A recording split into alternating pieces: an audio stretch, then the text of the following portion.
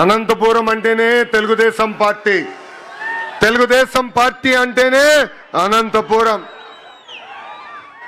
మా కురుబ సోదరులు నాడు నేడు ఎప్పుడు తెలుగుదేశం పార్టీకి అండగా నిలబడ్డారు. అన్న ఎన్టీఆర్ దగ్గర నుంచి బాబు గారి వరకు కురుబ సోదరులంటే గుండెల్లో పెట్టుకుని కాపాడుకుంటారు. అందుకే మీరు చూస్తే కురుబ సోదరులకి కార్పొరేషన్ ఏర్పాటు చేశాం. 300 కోట్ల రూపాయలు మనం నిధులు కేటాయించి అనేక పనులు చేశాం. గతంలో కురుబ సోదరుల కోసం పెద్ద ఎత్తున భవనాలు కూడా మన ప్రభుత్వం కడతాం జరిగింది. ఇంతేకాదు రాజకీయంగా ఆర్థికంగా మా కురుబ సోదరులకి స్వాతంత్రం వచ్చిందంటే దానికి కారణం తెలుగుదేశం పార్టీ.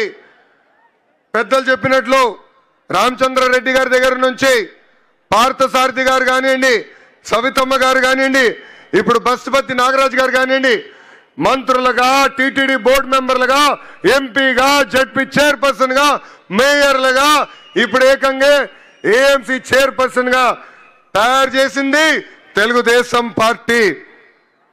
2019 నుంచి 24 వరకు మనం ఒక చీకటి రాష్ట్రం చూసాం, చీకటి రాజ్యం చూసాం. బీసీ సోదరులు బయటకు వచ్చి మాడితే ఆ రోజు మన ఎట్లా కొట్టి తరిమారో మనందరం చూసాం. మన బిడ్డల పైన ఏకంగా పెట్రోల్ పోసి తగలబెట్టి చంపిన రోజులు మనందరం చూసాం. అందుకే మా బీసీ సోదరులు ఒక తిరుగుబాటు వచ్చింది. తెలుగుదేశం, జనసేన, భారతీయ జనతా పార్టీని ఎప్పుడు లేని విధంగా 94% సీట్లలో గెలిపించి మమ్మల్ని మీరు ఆశీర్వదించారు.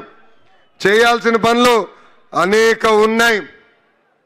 నాకు ఇప్పుడు కూడా బాగా గుర్తు, పాదయాత్రలో మన సంఘ పెద్దలందరినీ కలిసా, వాళ్ళందరితో నేను చర్చించా. ఆనాడే వాళ్ళకు కోరారు కనకదాసు గారి జయంతిని రాష్ట్ర పండుగగా శాశ్వతంగా నిర్వహిస్తే బాగుంటుందన్నారు. అది చేసి ఈ రోజు మీ ముందల మీ లోకేష్ నిలబడుతున్నాడు.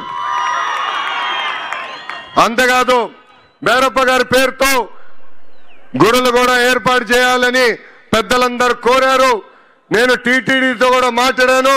తప్పనిసరిగా గుడులని అవసరం మేరకు కట్టిస్తామని